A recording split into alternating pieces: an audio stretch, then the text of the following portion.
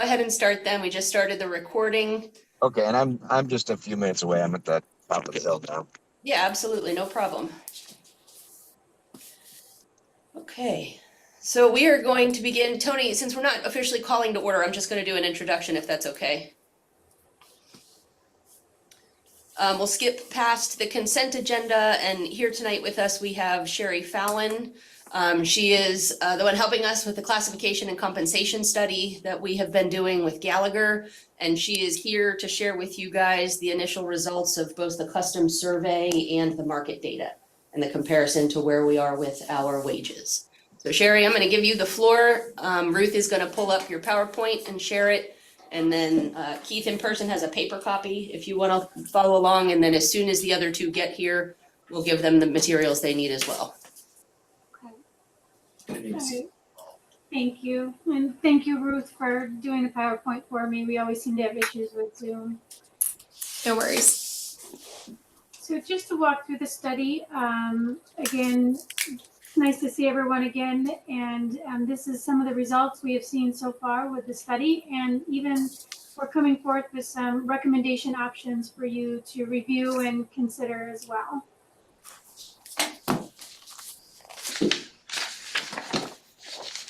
So one of the items we always like to include in the presentation is sort of the methodology of how we choose benchmark jobs. And I will preface for Thomas Jefferson Planning District Commission, we did go out to the market with all the jobs that you currently have employees in, and even a couple that are currently vacant. So it did represent all of your employees across all the levels and all the functional areas, and even those that we looked at and may be difficult to recruit or where there was high turnover. We did go out for a custom survey. We had about 25 computer organizations that were asked to participate. We got about a 36% response rate. About 9 organizations did respond to the survey. And we've listed them under different buckets, such as cities, counties, commissions, and then some private organizations and housing developments as well. Those that participated are listed with the asterisks. So City of Charlottesville, City of Richmond, all of the commissions, planning district commissions did participate, along with, I believe a couple private organizations did as well. EPR, and I think there was one more that did participate.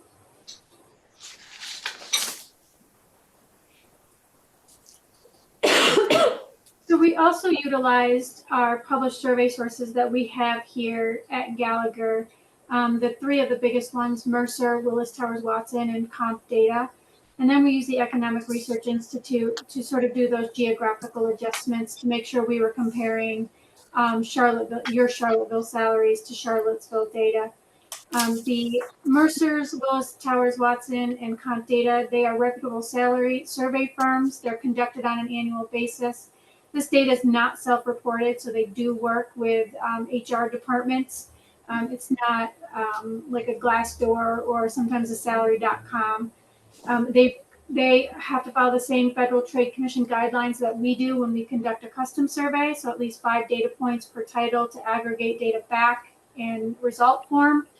There's an effective date that is identified for all of the data as well.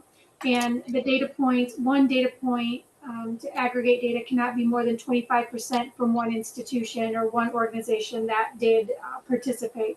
So we both, all of us, follow that same guidelines under the FTC.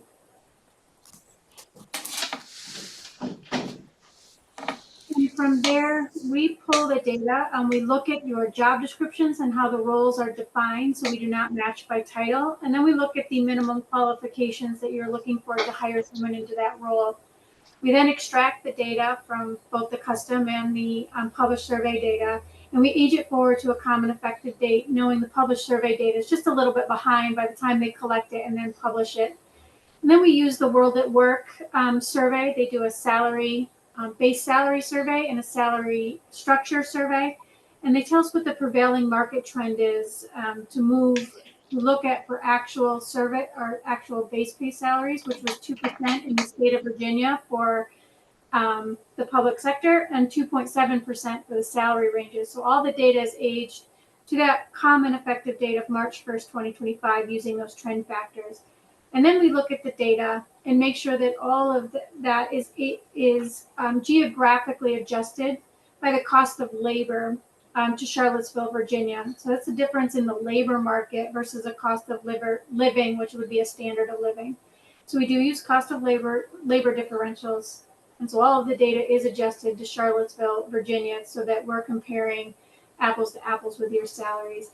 And then we do run it through both the custom survey, and once we extract the published survey data, we run it through another outlier analysis to make sure that the matches identified are appropriate. And if we see any outliers, we will go back and revisit those matches to make sure that they are still appropriate. If not, we will remove them from the data as an outlier. So we went to the market for 19 of your jobs, and I believe that's all of them, including a couple vacant. And then we compared the market to your base pay salary. So positive figure indicates you pay above market, and negative figure will indicate that you pay below market.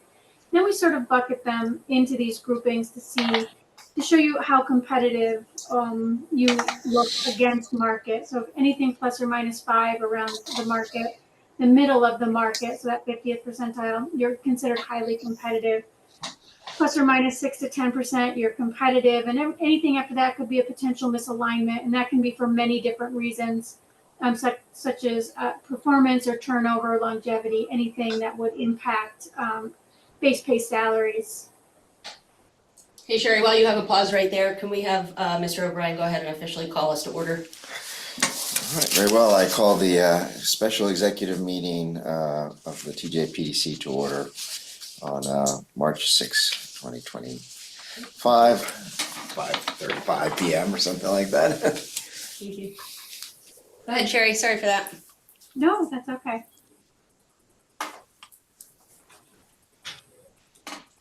We can go to the next slide, Ruth. Thank you. Thank you. So when we look at the data altogether, the Thomas Jefferson salaries for the custom survey for what we could collect was about 12% below that middle of the market, that 50th percentile where seasoned employees should sit. Those that have about 8-9 years of relevant TJPDC experience in those roles, in the current role that they're sitting in. Overall, when you combine that with the published survey data, it's about 15% below market. And then as you can see, your salary ranges, even from the lowest, the minimum all the way up to the maximum, are pretty decent below the market compared to other salary ranges. So for custom survey, the midpoint of your salary ranges compared to your compared organizations is about 22% below.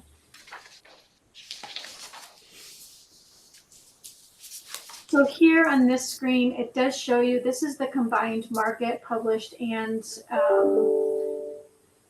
custom. And as you can see, that sort of in that, both the 25th, 50th, and 75th percentile, the highlighted pink cells show you where you're 15% or greater below market. And then the more yellowish cells will show you where you're 15% or better against market.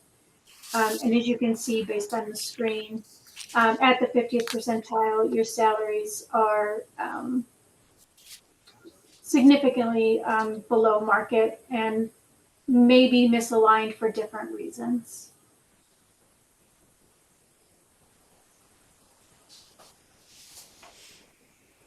And then because we filed the Federal Trade Commission guidelines and we need those 5 data points, we didn't get as much return for each individual title on the custom survey.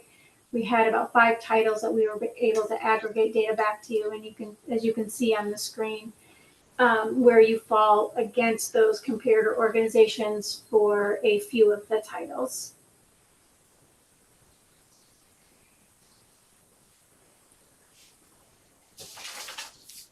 So we took all this data and used the combined market, since we didn't have a lot of data returned on the custom survey, to talk about revising your salary structures and what the cost of that implementation would look like, depending on the option that you chose. As you can see on the screen, we did 6 different options for you. We looked at the structure at the 50th percentile of the market and the 75th percentile of the market. We made the salary ranges about 35% wide in both options. And then what we did, there was a couple roles that served in a few different capacities. So we weighted the market for those multi-role positions, depending on the amount of time they spent on each role. For option 3 and 4, it's the same, relatively the same as options 1 and 2. However, we did not wait for the multi-position roles, or the multi-role positions, excuse me. We sort of left them as single titles to say, if you had, say, a chief operating officer that was just, their whole role was just being the chief operating officer, what would that look like? So we took the weighting off and did individual titles. Options 5 and 6, based on our last conversation when we were talking about the compensation philosophy, what we did was we sort of did a combination between, sort of in the middle between the 50th and 75th percentile, because we did not have enough data really returned from the custom survey. And when I pulled the 65th out of the published survey data, not every match was able to return the 60th and 65th. We sort of picked that middle of the road between the 50th and 75th. So it's not an exact 60th or 65th, but it's somewhere in the middle there of a combination of the 50th and 75th. And then we did one option waiting for those multi-role positions and one without the waiting.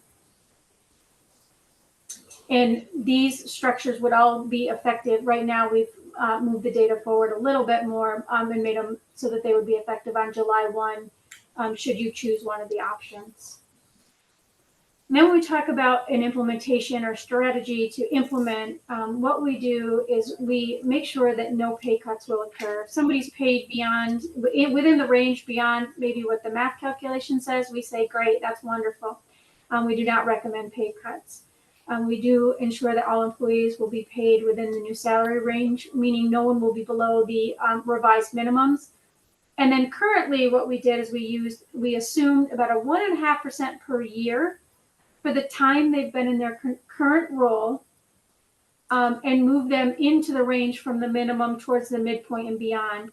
And we also have examples or costing for where we allotted for prior relevant experience and some transferable experience into the roles to account for what they brought to the agency with them. So we have some of that costing as well.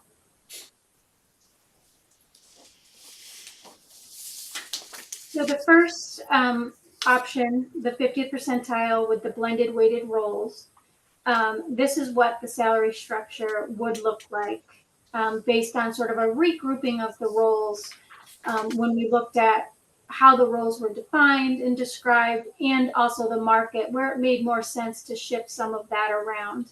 So that's what you're seeing on the screen now, with the new ranges or some revised ranges around those jobs, to give you an opportunity for hopefully better recruitment and retention of your current employees. And then can I just interject something, Sherry, to make sure you guys, the blended weighted roles, like right now we have a lot of people serving in multiple capacities. They have 2 different titles. And we wanted to make sure that on the back end, what we also had is that's what we currently have. That doesn't mean that's what we'll always have. So we wanted her running both the data for what that title alone would get based on the responsibilities. And if you said this person is 40% this and 60% that, what should that band be for that individual? So we had her do both of those. So you'll see both of those in here. You read my notes. Hmm? You read my notes because I was gonna ask that question. Yeah, we just happen to have, because we're small, we have people serving multiple, but if we were to go out, in several years and hire for one of these positions, they may not be that same 60-40 split. So we wanted those roles individualized also, so that we could do But that. there's always been, as long ourselves. as I've been here, there's always been a split. I don't think we've ever not had. We haven't always had the chief operating officer. That's true.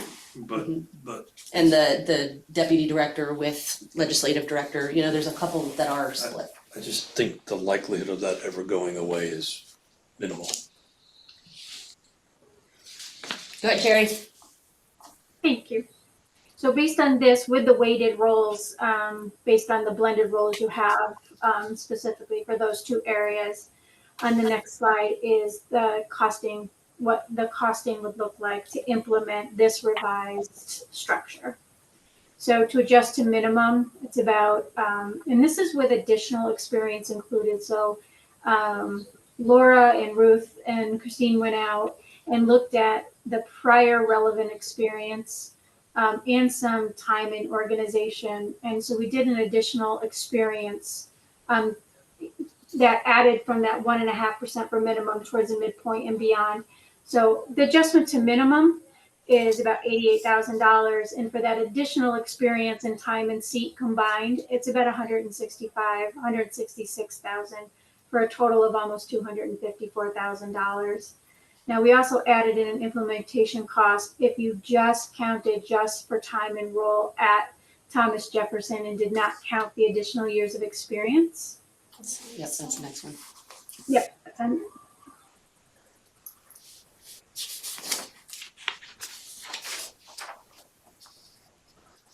Okay. Well, can we go back one slide, Ruth? Yeah. Thank you, sorry. So this is with the additional experience, relevant prior experience outside of Thomas Jefferson. We excluded that for a cost as well. Again, the minimum still about $88,000. And then for time and seat adjustments is you have a few long service employees, not a lot. That cost for time and seat would drastically reduce down to about $28,000 for a total of about little over $116,000 to implement the revised structure at that 50th percentile with the weighted rolls, the weighted blended rolls. The second option, again, is at the 75th percentile, and this was based on our previous conversation when we were talking about compensation philosophy and potentially leading the market. Again, this would be with those blended weighted rolls. This is what the structure would look like. And then to implement that, the cost, again, with the additional years of experience included, you can see is higher. Again, adjustment to minimums, the $235,000. At the 75th percentile, and then time and seat with the additional experience included is about $202,000. So it's almost $438,000. If we did not include the additional experience, so the previous relevant experience outside of Thomas Jefferson, that cost, the time and seat cost does go down quite a bit to $36,842, with the overall cost going down to about $272,000.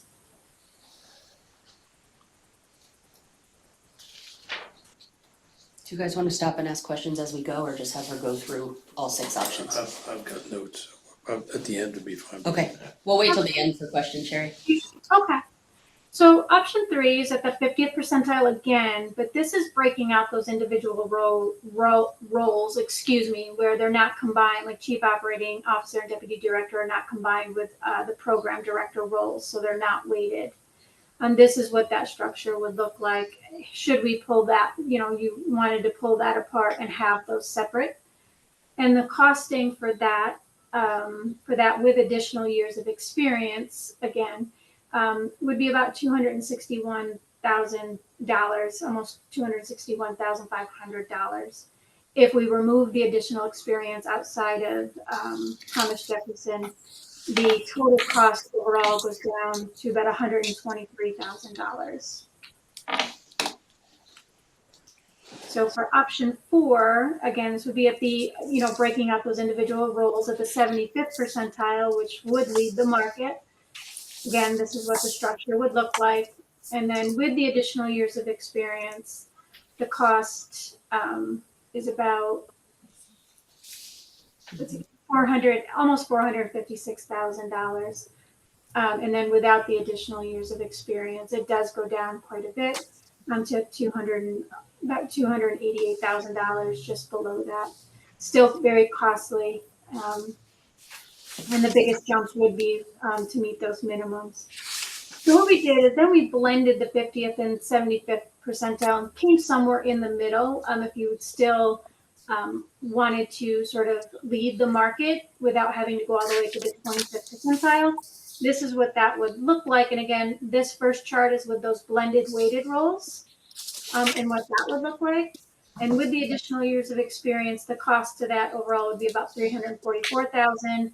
And removing that additional years of experience and just taking into account the time and role at Thomas Jefferson, it's about just under $193,000. And then option 6, we looked at the blended but individual roles. So again, we broke apart the chief operating officer and programmatic directors and the deputy director. That's what this would be the revised chart for that. And the cost for the additional years of experience there would be just under $357,000. And then removing the additional years of experience for outside of Thomas Jefferson, the cost does decrease to about $203,000. And again, I will say that we are at this time for time and seed and that sort of that additional time of experience, assuming 1.5% from minimum, moving away from minimum. So that could be adjusted as well. And this does help alleviate compression as well when we use that time and seat rate. So we also, when we went to the custom survey, we did ask some additional pay and benefits questions, sort of like pay practices questions. These are the 9 organizations sort of laid out here who did participate in the survey and did answer some of those questions for us. So overall, you can see the median annual gross revenue for most of the organizations was about $6.7 million, annual pass-through about $3.2 million. Operating expenses about 3.9 and annual payroll about just under 1.5 million. Pretty comparable on annual payroll and expenses to Thomas Jefferson. So for base salary increases for the last year that were given on 7/1, the other organizations at the executive management level did about a 3% cost of living adjustment and 2.5% merit. And then Thomas Jefferson, we have on the right-hand side, my right-hand side, what Thomas Jefferson offered last year of the increases that were given on 7/1, but 3.2% in cost of living, and then for internal equity market adjustments, 2.6%. So it's pretty comparable to what others were doing, just sort of in different areas. For exempt level staff that are more individual contributor roles, not executive and management, again, 3% for your competitors and 3.2% for Thomas Jefferson in merit, and your internal equity market adjustments were relatively the same.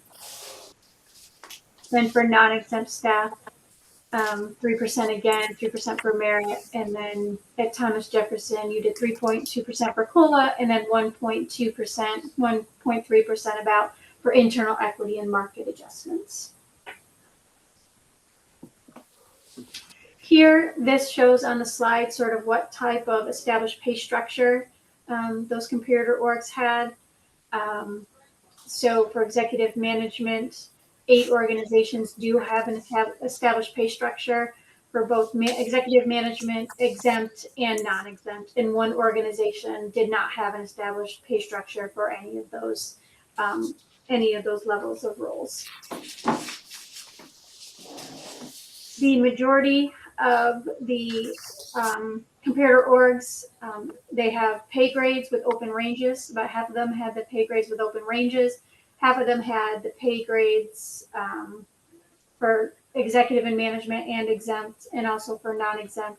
And others would, the other majority of them, about 5 organizations, have the pay grades with steps.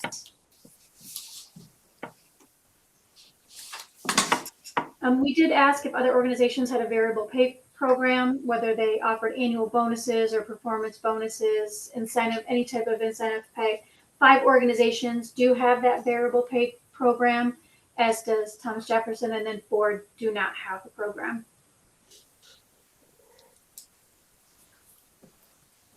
We asked how paid time off was given to employees? Do you separate out, days for vacation, sick, and personal, or do you have just one bank of time, like a PTO bank? Two organizations have the combined bank, but the majority of the organizations are like Thomas Jefferson, and they separate out the difference between vacation, sick, and personal.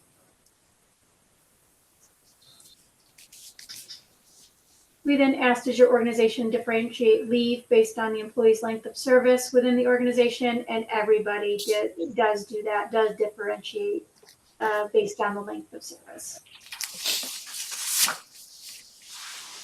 And then for the purposes of determining the employee's annual leave allotment, does the organization give credit for an employee's experience outside of the organization? And then the majority of the organizations said no, they do not, and along with the same as Thomas Jefferson. Here, this sort of shows a summary by years of service for personal, vacation, sick leave. 0 to 4 years of service, you're comparable on vacation. You get a little bit more sick leave, but you're comparable on bereavement and paid holidays as well. For 5 to 9 years, again, comparable on vacation. You do a lot for a little bit more sick time, and comparable on bereavement, leave, and paid holidays as well. For 10 to 14 years, comparable on vacation, bereavement, and paid holidays, and a little bit more on sick still. And then for 15 to 19 years, the median vacation days was about 22.5 for your comparable organizations, where you are 18, but you still are a little bit higher on sick leave, and still the same amount of days on bereavement and paid holidays. For 20 or more years, you can see that separation starts in the vacation. They give about 24 days. Thomas Jefferson about 18. You still do a lot for more sick time, and still equivalent on bereavement leave and paid holidays. Here, we asked if the organization allows for carryover or bank or donate unused leave. The majority of the organizations do allow for some carryover, and only one allowed for bank time. And then the majority of the organizations did say that they do not allow donation to other employees with unused time.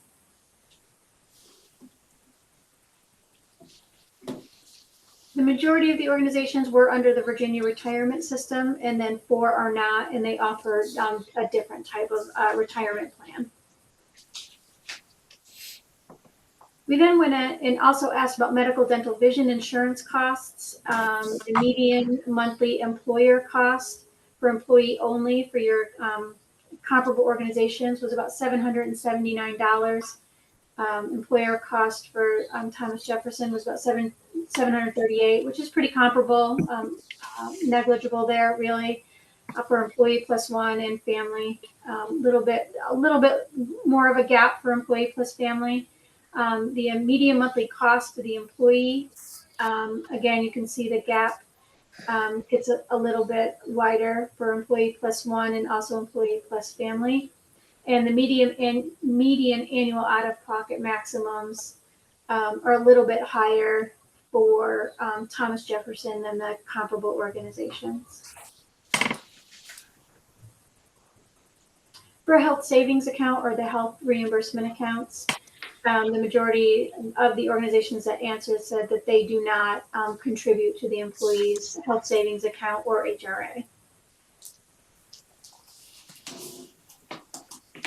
We asked if the organization offers fully remote work, hybrid work, 100% remote work. No one offered that. They all offered some type of hybrid type work, flexible work arrangements. One organization offered sabbaticals, the majority did not, and then 2 did offer compensatory leave, but the majority, like Thomas Jefferson, do not offer that compensatory time leave.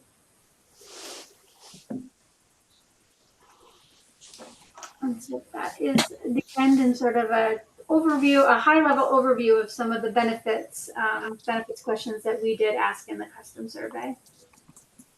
Great, thank you, Sherry. I think now we'd like to open up our discussion, questions, guidance from you guys on a direction moving forward. I mean, I guess, one question that came to mind, or two questions. One, it certainly appears that we're pretty significantly out of line. However, when you were doing the comparison to other organizations, it was a little bit interesting. I know the pass-through numbers were a little bit different, but, and I guess it makes sense if we were behind, that our expense level was significantly under the expense level of other organizations. If you go back to that slide, most organizations had about $3 million of expenses and we were at about $2 million. And, you know, without sort of seeing what the actual net profit is, it's sort of hard to know, right? You know, what the difference is there. Any insight into that at all, or any feedback that you could offer there? Hey Sherry, can you speak to, because one of the things that I noticed is with our comparator organizations, we had both the City of Charlottesville and Richmond. And so I'm wondering if that in some way skewed that Right. compared to our other comparator PDCs and or, you know, like EPR type. But I don't know. Yeah. Sherry might be able to Yeah. speak to that more than I And I can. mean, I get that you have a lot more pass-through revenue than everybody else. I mean, take out the 42 million and take out the 40 million, you're, you know, a much smaller organization overall than the other organizations, I guess. And to your point of Richmond and Charlottesville, that probably. So what we do is we actually take the median, not an average. So we try to offset for those anomalies like a Richmond or a Charlottesville. And what I could do, if you would like me to, is to go back and sort of, because we had enough organizations report this data, because we're still bound by that 5 even to this type of information, but we had enough organizations send us this data. If I removed Richmond and the City of Charlottesville, we could see if that number looks any different. That would be interesting. Also, I didn't catch this the last time, but you know, if you look at the actual number of employees and your annual payroll number, technically, and this is surprising to me because it would appear that TJPDC's payroll weighs more heavily than other organizations, yet we're beneath the median, right? One thing that could be true here is the number reported for the TJPDC number including our fringe. It is our total payroll. Uh-huh. The other organizations may not have reported it that way. They could have just done base Salary. compensation, and I don't know. Do you know that by any chance, Sherry? I can go back and look. I believe they did just base compensation without fringe. Uh-huh. And so what would be our base compensation without the It's fringe? on the first slide of the, we have to go backwards, I think.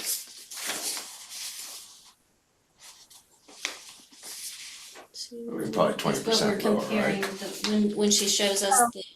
Yeah, if we go to slide down to one of the options, it has a total 16. Yep, so current total payroll cost right now is about just under 1.2 million. So, okay, so then that makes sense. Yeah, Yeah, exactly. I think that's where it's at. Good. It's not comparing the Yeah, it's same not comparing base. apples to apples, right? And that And we basically didn't define that Is the difference. question. aligns with the 200 and some odd $1,000 differential, yeah, right? Yeah. I mean, granted, there's 16 to 18 employees, so a little bit different there still. Yeah. You know, even if you did 2 employees median.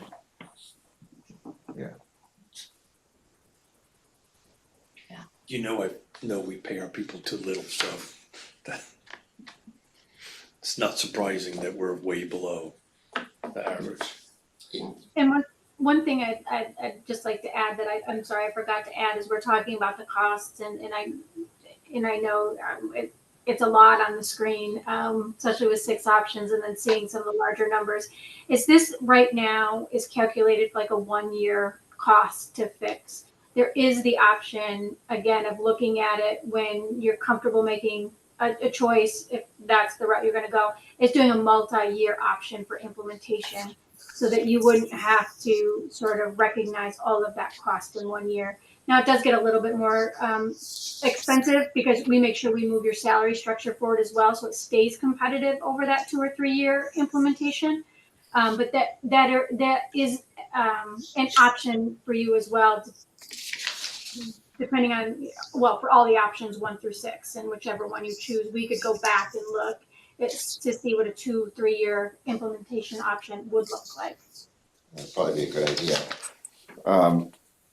And I'm in reading and looking at these charts, it wasn't clear to me, is the, yes, let's say if we're looking at slide number 10 as an example.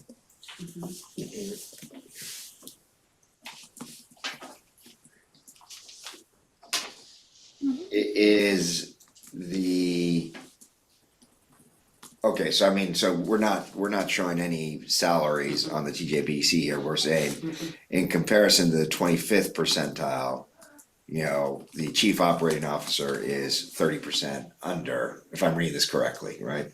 That is correct. That's Okay, and the market value, the median market value being that number, and then the comparison to median market, okay, I got it, alright. Alright, that makes sense then. And to your point, Keith, while there are 6 options here, I don't think anyone on our team expected 3 of those options, because we're not gonna take people and redefine their roles. We just wanted that back-end information to see what the market was paying a chief operating officer, was paying a director of programs, so that we could, if the percentages, so if somebody's now 60-40 and in the future they needed to be 40-60, we had the baseline data to be able to do those proportions. This is all good stuff. Just the questions I have, I'm not so sure it's for you more than for the consultant. So going back and looking at, say for example, the program director for VATI here, we're saying that we're 47% above the market there. Why is that? That is because the hire was made of somebody at the very tail end of career, and we needed somebody with that level experience for that large of a grant. For a federal grant, we wanted to bring somebody in who we knew could handle that without a ton of support. I got you, okay. We even though these are also annualized salaries, and that position is like a. It's not full-time. It's part-time. And it's fully funded. And it's Correct. funded. Right, no, but I mean, I'm just trying to get a sense Yes, of, you know, yep. how to That's a great question. compare that, I mean, so, you know, Yes. if it's a part-time position, then, you know, 98,000, 47%, it suggests that the part-time, you know, amount that they're getting paid is right around that number, right, you know? Is basically the way I read that, so, yeah, and I mean, so really only, sounds like that position was a special situation. Administrative assistant's been here a long time, so that's just, you know, sort of a compression type of change there, you know, increase over the years.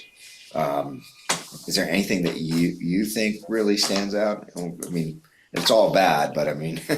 I think the other thing to note maybe on the administrative assistant is that while it's not listed as a blended role, she also is like a program assistant in part of her job description, so I think there may also be That's a that, fair point, that's yeah. not blended here. Right, that's a fair point. So of the 6 options, what do you guys like the best? To include our consultant. What do we like the best? I think if we were in keeping with the discussion that the commission had, where they wanted to be leading the market, then it would have to be the 60 or the 75. But with the numbers, you know, that's really gonna be you guys giving us direction. So that's option what? That's option 5, I think. Okay. That would be option 4. No. What is our option? I'm looking for the weighted. Option 5 would be one of them.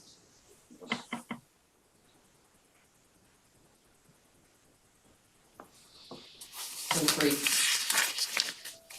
And 3. is that right? That's the No, not weighted. and- You want sorry. weighted. So you want the 2 and 5. Option 2. Two weighted, 5 weighted. Yeah, thank you.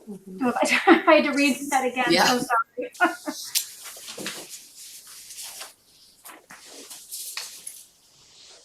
what I wrote down. And then you'll see, we also, in looking at these, what was really important to us is really to think about the career tracks. So you'll see that initial table is in alphabetical order, but once we got into looking at all of these different options, we really wanted to think through a person, if they came to the PDC and were able to make a career of it, can they move their way through to continue to gain experience, continue to advance without needing to go somewhere else to do it? So we reorganized it to make sure there were tracks.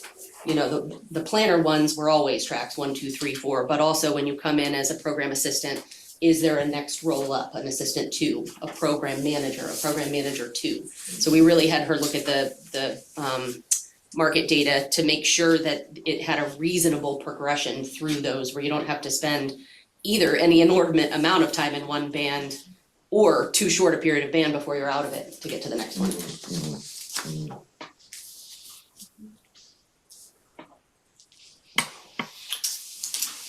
I think what we need from you guys is now direction. So we knew back in October when we decided to do this, we would be right up against the FY26 budget. right, And so we want to know from you all what our next step should be. Should we, from the Finance Executive Committee's recommendation, try to incorporate one of these into the draft budget that comes before the commission in April? Yeah. Or do they want this presentation in April to this level of detail? Because what I want to make sure, To the full Yes. commission, to the full commission. that'd be the chairman's decision. Mm-hmm. And do they want that? Do you want that? Because basically what I want to do is make sure I can still deliver you guys a budget. right, In time. right. Well, I mean, while certainly transparency across the board to the full commission is great, the question is, if we were looking at, say, option 5, yes, you put it in the budget, expectations in terms of what that impact is and what that means, you kind of need to tell us a little bit of what you think there. I mean, obviously the commission makes a decision to raise the rates, but you also work with the localities to kind of have a sense as to, what's there. And, of course, we have we have a pretty healthy kitty, but you can't erode the kitty for salaries necessarily, right? So what Disagree with that, but, so we have how many months of unrestricted cash? Well over 10 or 11. and that's been growing pretty steadily, right? So we have additional cash flow, but that additional cash flow is how much per month on average? This past January was 22,000 net gain. November, December are usually low because of holidays, but it's been steady and solid. So Now, we're in a very different environment now than the PDC has been. right, So we've got much bigger programs, we've got much, we've been dropping that indirect cost rate. right.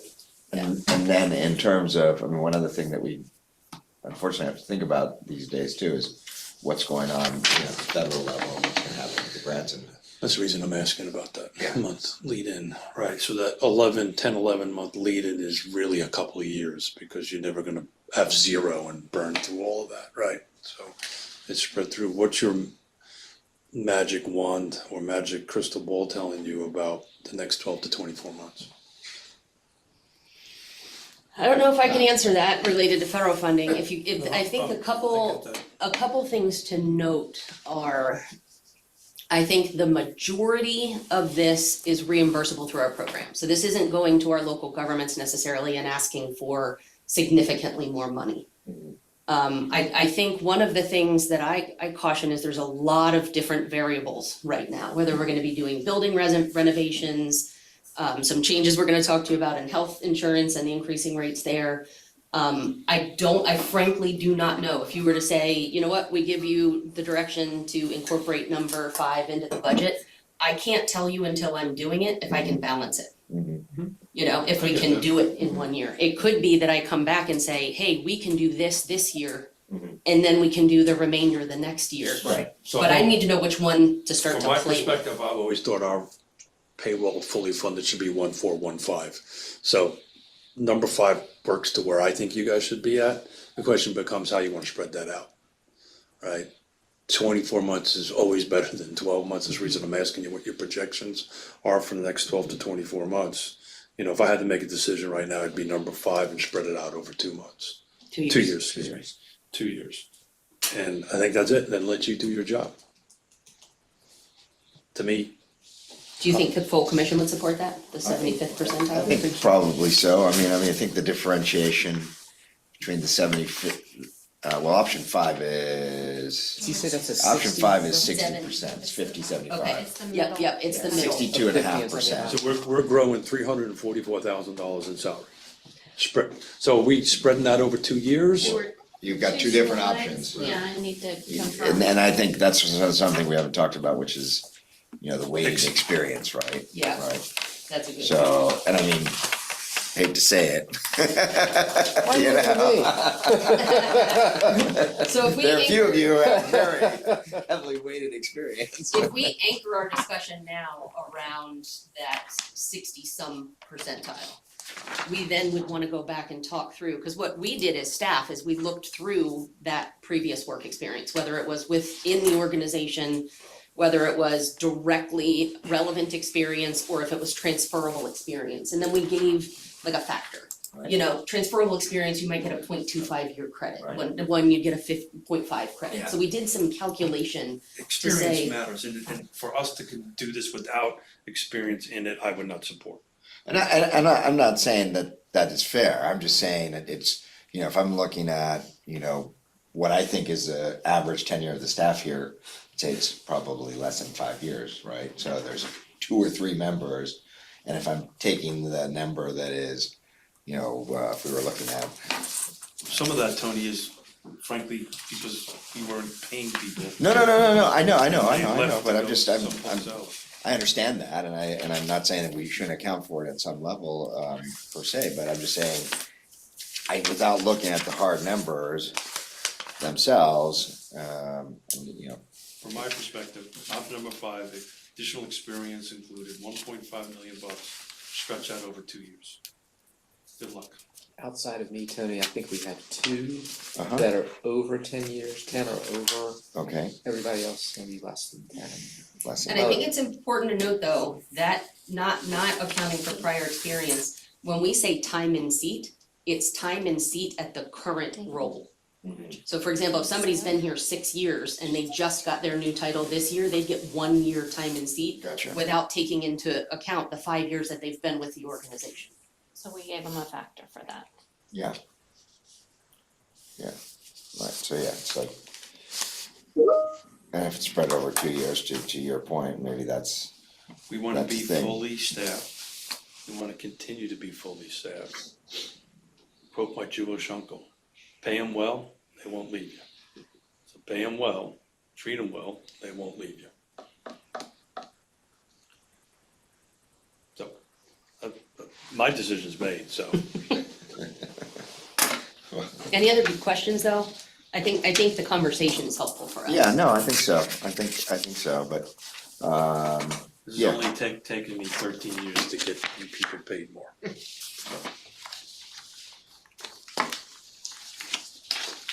so option 4 was 75th percentile. What's, but it's not blended, right? There's Well, both. that is a Both of them are in there. historical Yeah, There will be an thing option that 3 and an they option. understand, I bring that up in every. I know, you did, And so what is, just a reminder. what is the executive director's leaning in terms of the various different options? What is my leaning? Yeah. My leaning would be to honor people's previous experience, especially because we have a lot of people that have come here with very valuable experience that were career switchers. Okay, And so taking that into account, I think is pretty important. We have folks that have been here as, longtime employees that we should honor that experience as well, even if they have a new title within the last 2 or 3 years. Mhm. And then, I think if we're leading the market, I think if we are at 50th, we're gonna be behind again very soon. Because of how quickly wages are moving in the market right now. That said, under the current environment, there may be more people in the employment marketplace than we have seen in the past. That also said, we're so understaffed in this region, I don't think whatever is going to happen is gonna be adequate enough to make it a glut of people to hire. I think, so, to put it in context, and thank you for reminding me, David, 13 years ago, we were 30 days from bankrupt. So to be able to say now that we have roughly a year plus of reserves undesignated capital is a huge win. And even though we've had a lot of rotation of people, but as an organization, in my opinion, we should be honoring the people that are here and paying them definitely somewhere in the middle range or more of what the market is entitled to.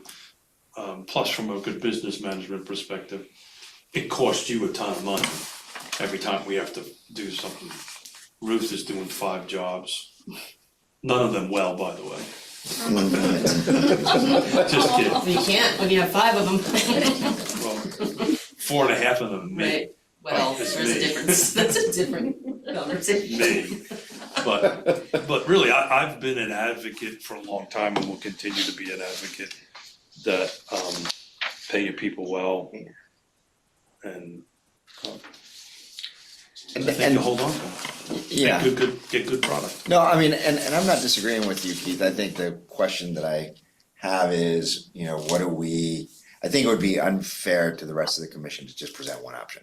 Oh, no, Right? So I mean, I think we have to kind of like, Yeah, yeah, 100%. it's, There has to be a formal right. presentation. I just know where I land. yeah, no, I get that. And I've landed this place a long time ago.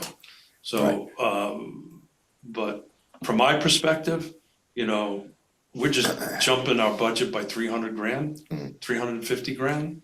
If we can't figure that out, then we might as well pack up and go home. Right. Particularly where we came from. And the bottom line is it's on you to make it work. So I know you want to pay your people more, right?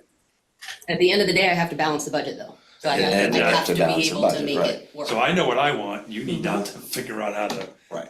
Well, I think make it balance. we could decide here whether or not having the blended roles versus non-blended roles, which direction to pick, and that eliminates half of them right there, Yes. right? Right. So I think there's consensus that we should do the blended roles, is that Yep. basically what everybody kind of feels from that perspective? Blended roles and experience. Blended roles and experience, so if we take that into account, then you really have, We cut it in half. you cut it in half, right? Then the question becomes, do we want And to we be have- below market, Right, at 25th. market, or above market? what are those 3 then? It's unfortunate that summary doesn't actually say whether it's blended or not blended. If it says that it is, Experience. on the cover sheet, sorry, I don't have it in front Oh, of I me. know it says it on each one, I was just saying on this one here, it doesn't say blended or not. Oh, multi-role positions, it does, okay, not weighted. That's what that means, Okay, yes. right, multi-role positions, okay. So 75th, 50th, so really the options are 50th and 75th, and 62. Right, between so those are the 3 options that we present. Right. And to your, and to your point, I think that the, 50th, the argument there is that you're really right where you are right now, you're really not getting ahead there. But maybe that's, in your budgeting process, maybe that's a step approach that you take. You know, we start at 50th and then move to, That's 62. That's what I'm Yeah. trying to figure out, is how you want to map out the 24 months. From a cash flow and budgetary purpose. so if we're looking at 50th to start with it weighted, that total cost with experience was 253,000, correct? And then when you go to 62, it was 344. So you go up another 90,000. And then if you're in the top percentile, what was that? Is that 6 or 4? Which number is that? Well, summary table, something good. 4, maybe, back. Additional experience excluded is 4. Or no, okay, 4 is 75th, yes. So then you're at 455. So what were the numbers, 253? 253, 344, 455. So yeah, about 90,000 for each pot. Okay. So if we drag it out for 2 years, what's the cost of doing that? That's a Sherry question. Sherry? What's that? The question is if we wanted to pay any one of these options, over 2 years. Mhm. So what's the So- cost for that?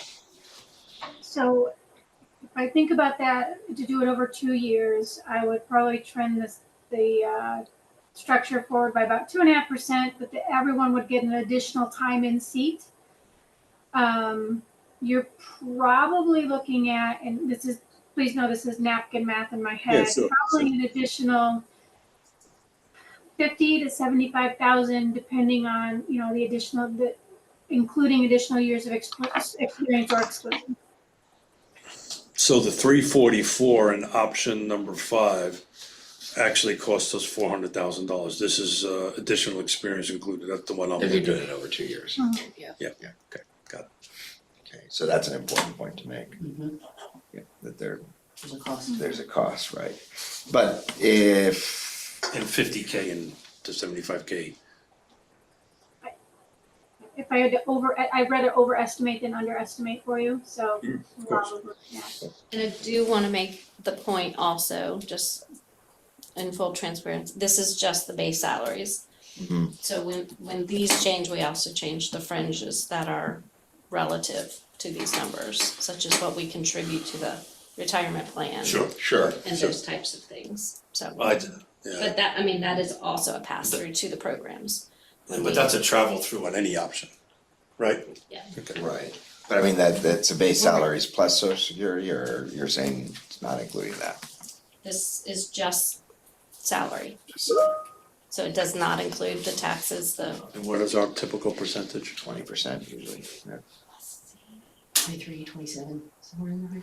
it varies, but Yeah, it's by like person, 20, yeah. 21, That probably on includes, that average. includes benefits, right?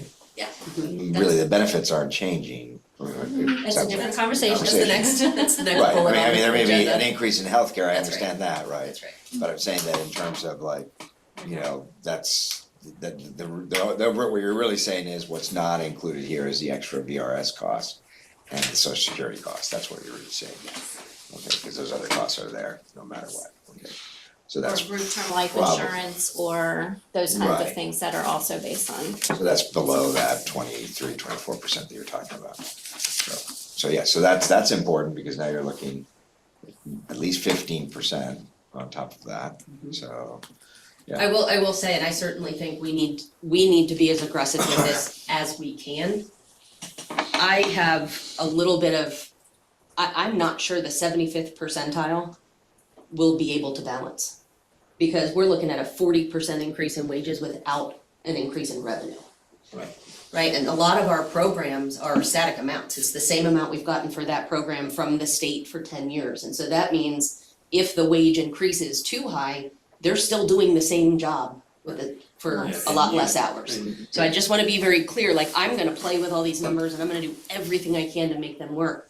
But I will be surprised if that 75th plus increase in benefits. And I don't have any Balance out. expectation that the commission would pass that to start with, I mean, could be wrong, but my expectation would be you're gonna end up in the middle, but I think it's always good to present high, low, and middle, and it says Makes the it middle look a little bit more makes the attractive. middle look a little more attractive, exactly, You got it. so. I think the other thing that I would love to ask y'all's take on is the commission has always presented its draft in April and approved in May.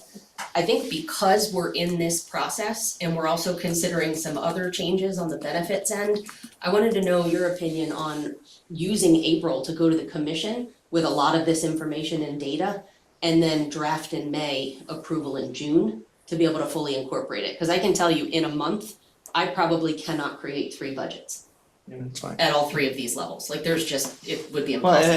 and I mean, if you know off the top of your, I mean, I think if you start with the 62.5% and you can't budget there, then you know you have a problem to begin with, and you don't have to go to the, the other one, That's right. right, so. That's You're right. going backwards. You're going backwards from there, right, so, I mean, that's, that's the practical reality of the budget, but. Yeah, and this is a unique business to run because you can't really tweak your expenses I at can't. all. Well, Right. no, our expenses are as, Yeah, there's no place to relook at your expense side, right? And your revenue side, you can't figure out how. It's not like we can raise taxes. I was about to say, it's not like him, he can raise taxes. Can try, but that's not easy these days. I can assure you. So I would say for April meeting, coming back, what are your thoughts on meeting an hour before the commission meeting so you guys get first eyes on this and answer and ask any questions that you have? Well, I'm gone the month of June, so. Okay, then April, I'll call another finance exec committee just before the commission meeting. And then in April, we'll bring them the three options that you guys shared, a 50, a 60, a middle, and a 75th. The data and a presentation just like this. And I will have already started to look at a budget at the middle range to see where we need to start talking about where are their pinch points and or does it work? And if it works, I can start to go to the higher one. So I will be able to do that, but I would say maybe we don't present the budget yet in April. Yeah. That we get the commission, the full commission's feedback before bringing to them Well, this is such an important part a of it. budget. And I would encourage you to figure out what the cost, get the real cost for stretching it out for 24 months, right? And then you might wanna, this is probably a lot more work than you probably wanna do, but you might wanna look at an extended 24-month budget, right? A 24-month budget, not approving the 24-month budget, but just to see how it floats out. And I would say it's Why also, are you twitching for? I don't even know if I'll have revenue projections for 2 years out. Yeah, but you can go off Cause I normally don't have that till like August, September when we're putting the Okay. FY 27 I'll together. walk that back. yeah, But we I don't know that we could do definitely that. need, I think, in the decision-making matrix of how much that extra 12 months is gonna cost us. 50-75 sounds about right, but and I would suggest from the committee, because I think the question would come up, but that differential between the 1.1 million versus the 1.4 million. And then also I would just divide that as an average per employee number, because we have 18, average is 16, so, you know, that really translates to, if you were to weight that accordingly, you know, 16 at 1.4 versus 18 at 1.4 is a little different as well too, right?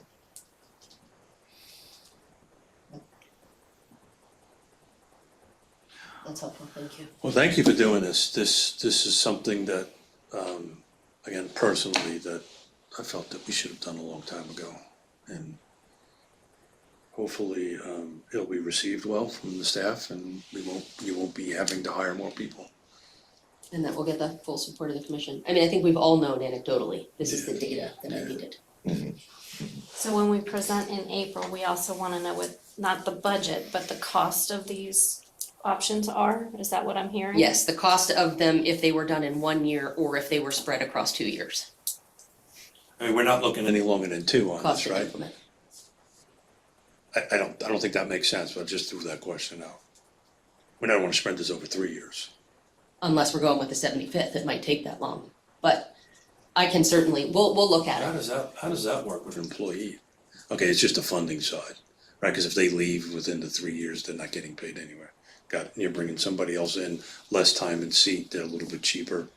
And Sherry, you had said, remind me, you said when considering spreading this out across several years, you wouldn't recommend any more than 3? Or was it 5? I can't remember. I would really do 3. Just if you looked at your average tenure, maybe over the last 5 years. And again, with turnover, not sure, you know, I think this next year is going to be a little variable in the talent pool where we are. So I wouldn't recommend anything more than 3. You may have to look at 3 to make your budget work. Mm-hmm. Yeah, I think you start with 62 and go from there and That's see, yeah, what you're gonna do. And I think Sherry raises an important point too, which is, on the one hand, we don't know what our federal funding maybe is gonna look like. On the other hand, there are a lot more people that might be applying for jobs than there were beforehand, right? So, I really don't think that's gonna impact this market. I really don't, and the reason I just get it, cause I just had a meeting with a commercial multifamily developer before I came in here, expecting to hear his costs going up, and they went down 18% year over year. Cost to build, and it just shocked me. And I need to fact check it, but these are, you know, $20, $30, $40 million projects that they're building, same projects they started 12 months ago, 18 months ago, that they're 18% down. The only reason I kind of believe it is the vendors and the subcontractors that are in the multifamily world are, they said he hasn't been on a project in 18 months or 2 years. Yeah, but how does that apply to the pool of people that? I'm just talking about the market in general.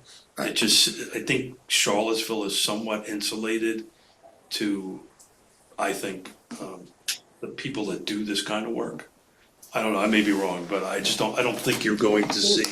The presentation that we had from Weldon Cooper's demographer, Yesterday. I think he noted that Charlottesville has the fourth highest ratio of federal employees in the Commonwealth. So you've got Northern Virginia, Richmond, Hampton Roads, and then Charlottesville. Right. But so you are assuming if all those people, a percentage of those people go, they're people that wanna work here.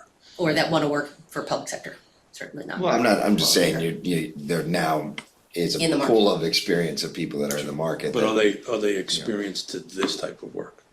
I mean, probably some of them are, experts in planning and transportation and so on. I mean, I think you're gonna get some of those people for sure. So 2 years it is, but I think you're gonna need 3 years to make the budget work. I'll play with numbers, I have our marching orders, but that does mean I'll say to the commission tonight in my executive director's report that we will defer the draft budget one more month so that we have time to bring all of this information to them and run numbers and do some more with Sherry and her team. Well, I'm not shocked, but it's good to see the numbers. Thanks, we appreciate your support. All right, we have two other items. One of them is gonna be going to the full commission after this. Do you wanna save that one, or would you prefer to pitch that one here first? Related to the benefits. Do we still need Jerry or not? No, Sherry. Okay, I will talk So to much. all of you soon. You're welcome. Thank Thank you. you. Thank you for all your hard work, appreciate it. Bye. Good Bye-bye. stuff, thank you. So would you rather us cover the compensatory one or the employee handbook one, if the employee handbook one is also going to the commission? I can do the handbook one at the full commission, Okay, do if you wanna you'd do the like, other one? and then we could do All the right, let's compensatory time, that Pivot way we to can the get that one. comp time, so that's a memo that was in your packet. This is something we want a little bit more clarity to be able to operationalize. So right now, we offer flex time for all employees. My employment agreement has a phrase in there that says, it's recognized that the employee must devote significant time outside of normal office hours to the business of the PDC. To that end, the employee will be allowed to take compensatory time off up to an equivalent amount of time worked beyond. We don't have a compensatory time off policy, so I think we're just looking for some direction to be able to create that policy so that she can operationalize on the back end what it is that you all intend with that statement. It's, Oh, got it. otherwise I won't be able to follow along. I thought It that should was be in there, the yep, comp time policy. actual- So basically, if we get into the discussion side, there's a series of like 5, 6, 7 different things when we looked at sample comp time policies that have to be defined in that policy. So the first one is, when do you earn it? Some people say every hour over, you earn that hour. Others say it's a 40-hour work week, you don't begin to earn comp time until 45 hours or 50. So that's the first thing that we would want feedback on, is how many hours above a normal week, or is it 1 for 1? The second thing, and we'll talk through all these, the second one is, how are they applied? So for example, every hour above, if I work a 10-hour day, I earn 2 comp time. If I work a 6-hour day, it immediately covers it with comp time before going to sick or annual. The next one that we So looked you're at. banking it. Yeah, you're just banking your hours to be able to use later. Number 3 is, some comp time policies do a 1-to-1 ratio, others do higher. Because the contract says 1-to-1, that's what I would recommend. Number 4, is there a cap on the number of maximum hours that can be accrued? So you can't accrue more than 5 days or 10 days or 30 days. They vary widely in what's out there as samples, or no, there is no cap.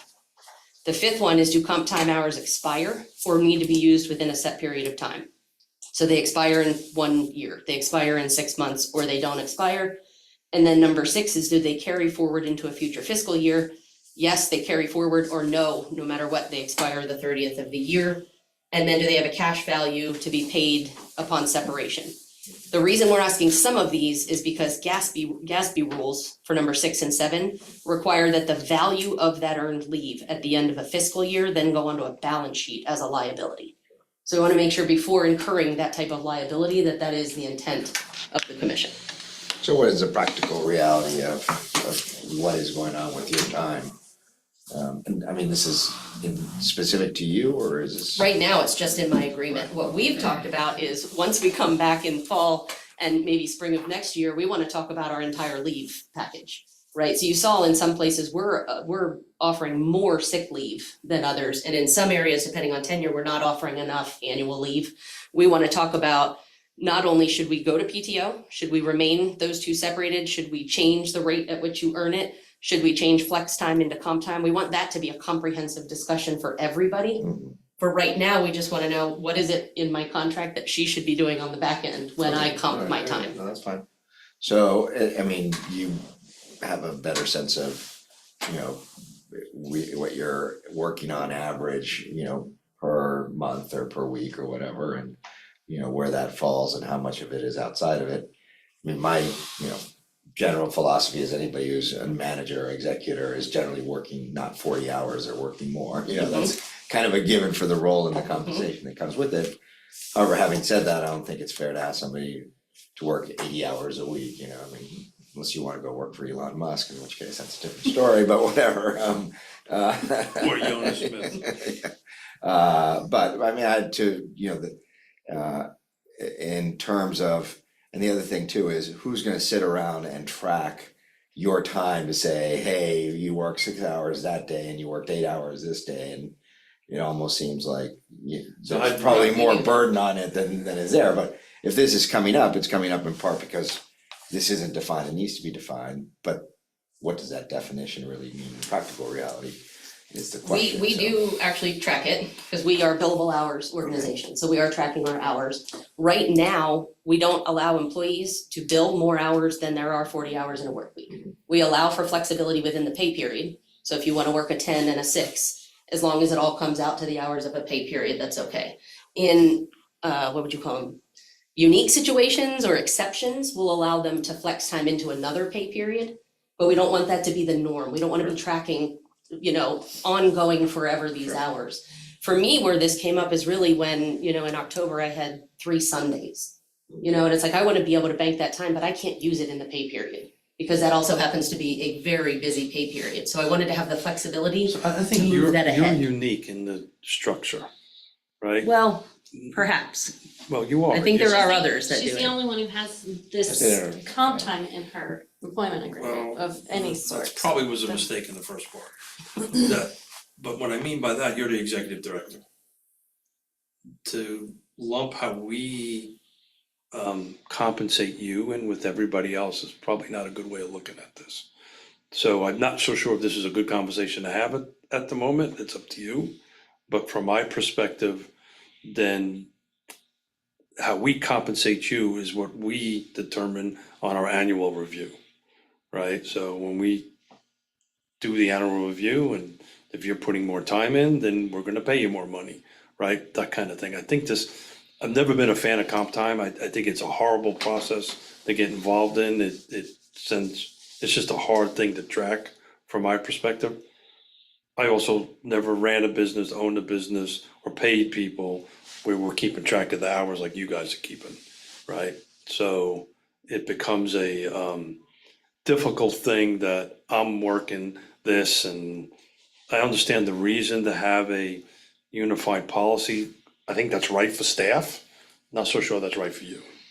Does that Well, make- unless, as you pointed out, there's, you know, some reason to think that, you know, you're working 85, 90 hours a week or whatever on a regular basis, in which case something's way out of whack, right? And You know? that's when we renegotiate, right? But we're 4 months away from renegotiating.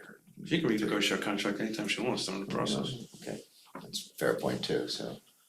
I mean, and so can we.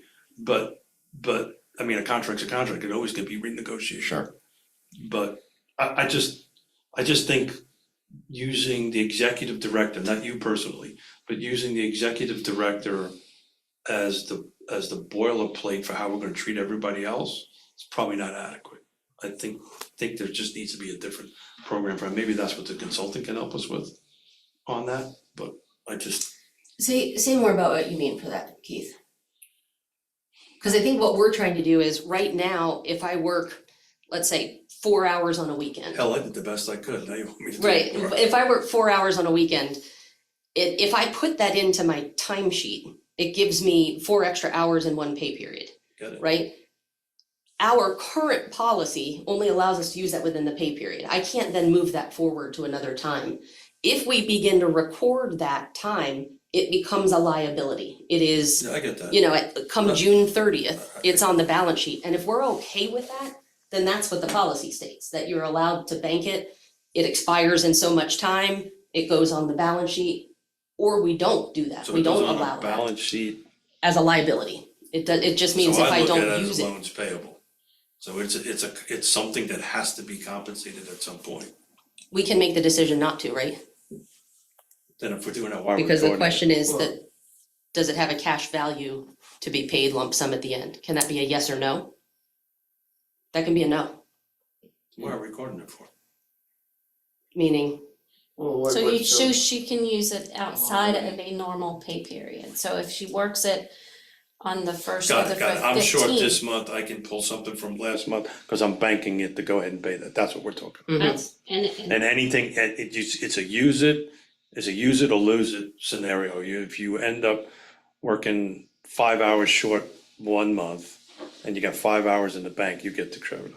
What is your average work week? Depends on the time. Yeah, I mean, what do I book? 40. yeah. what do I work? Yeah, that's the real This question. is being recorded, by the way. Yeah. See, that's the reason I'm a little uncomfortable with this conversation, not for seriously. I mean, board little meetings 2 or 3 nights a week, 1 night a week at the most, I mean, at the least. Weekends for conferences, a Saturday here, a Sunday there. Lots of I know travel. you do, I definitely know you do, work more. There's several that do. Yeah, so I understand the need to do that. My thinking is we're also gonna be upping people's salaries, right? So does that offset the extra time or not? we were only, in this conversation, asking about what to do to operationalize Christine, not to make this a Agency. agency no. policy throughout, so, So back to my original statement oh, is, okay. this is a negotiation between you and the commission. Right?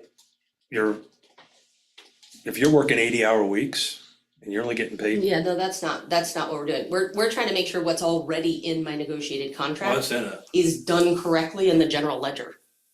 Okay. Like I know, Do you know what I like I mean? know Like what the to contract she says I she'll know get how comp to do her So what do we- timesheet, when I does know our how to set contract it do? up in the It says I software. have compensatory time. No, that's not the question I asked. When is your contract due to be renewed?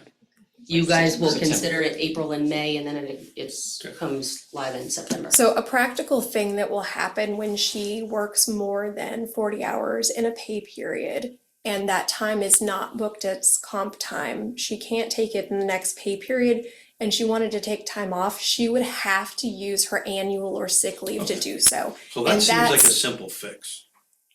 Specifically to the executive director, right? That's a simple fix, right? If that is happening and you're losing time, Every right, month. right, I understand that.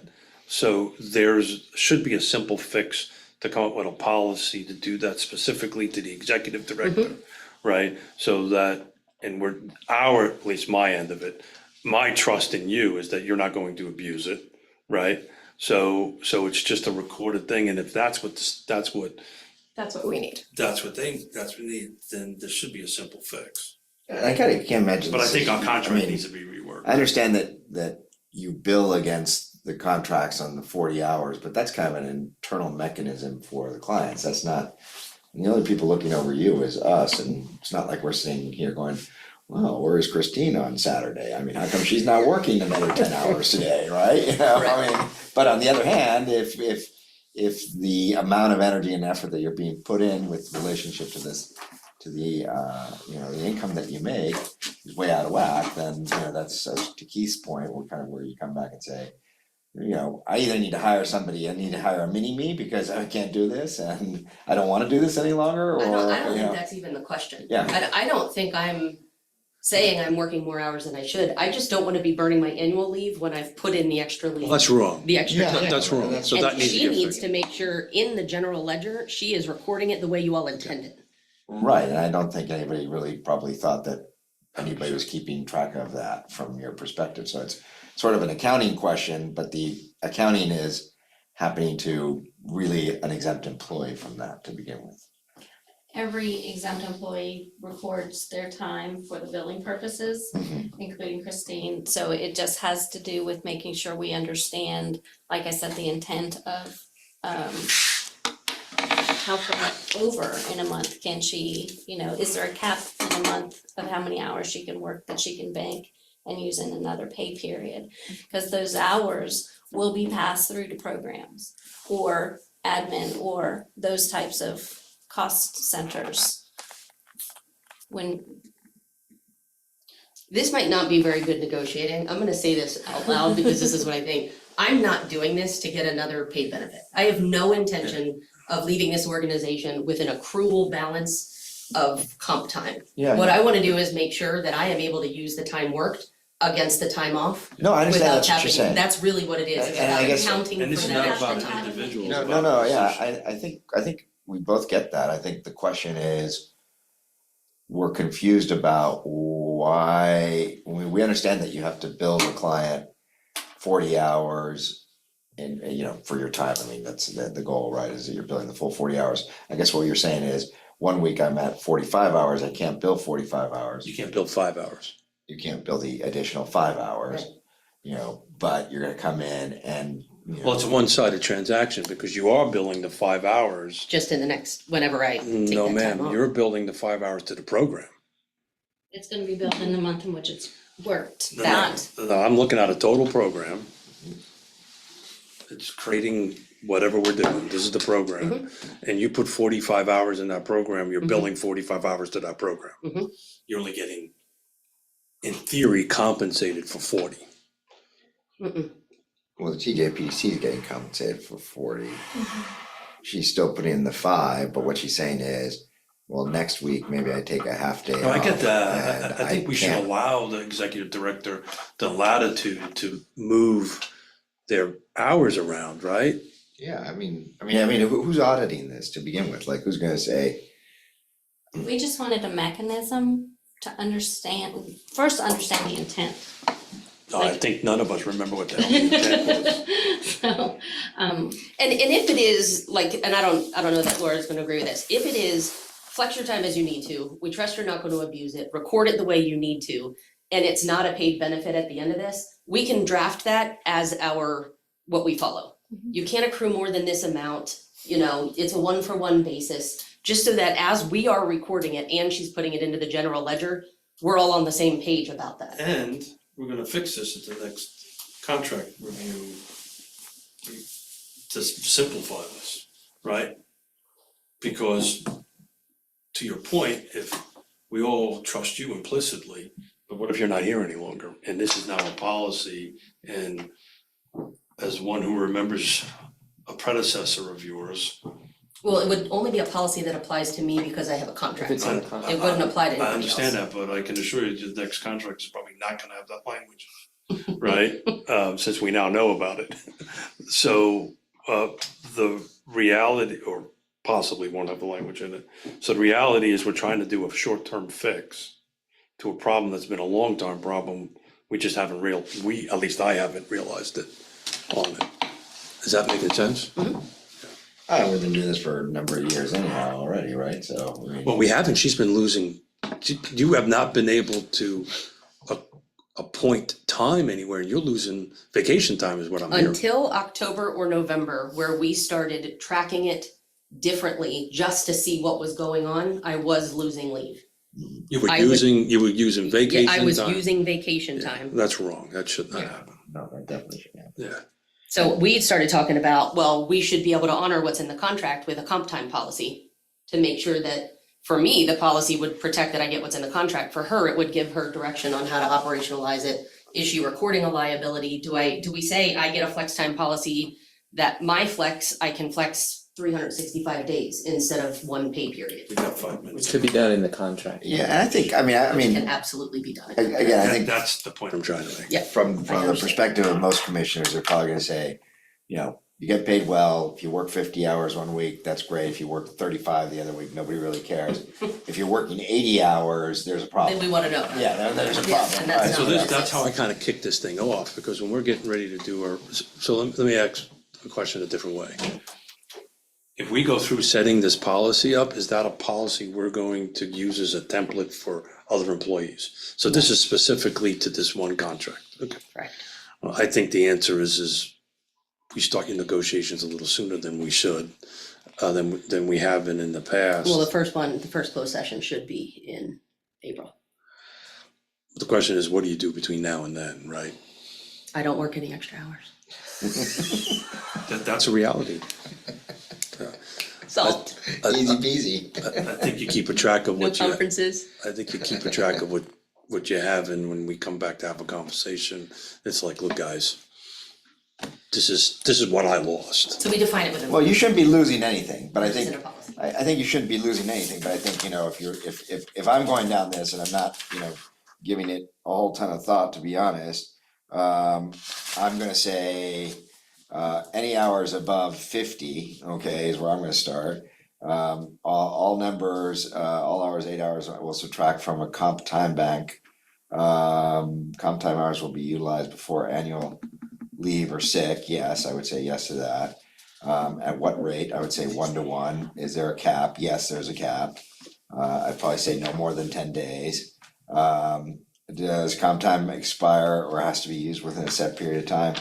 I think there's probably enough slow time that you can use those within 365 days.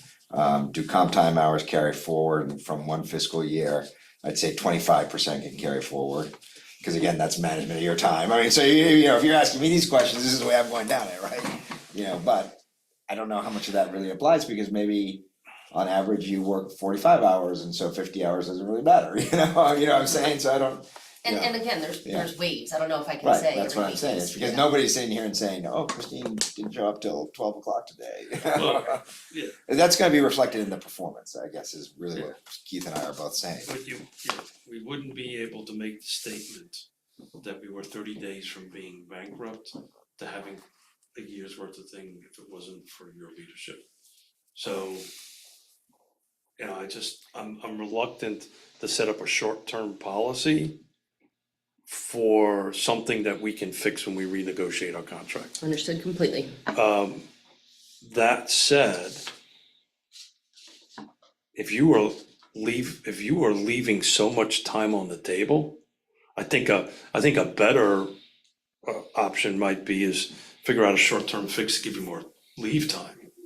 Or just giving more flexibility with our existing policy. Yeah. Our flex is within the pay period with exception to the next, whereas Well, mine doesn't have Yeah. that same I demand think to it. I think the way the commission has viewed your leadership is I think that's implicit, that you have the flexibility as long as you get the job done, which you have proven.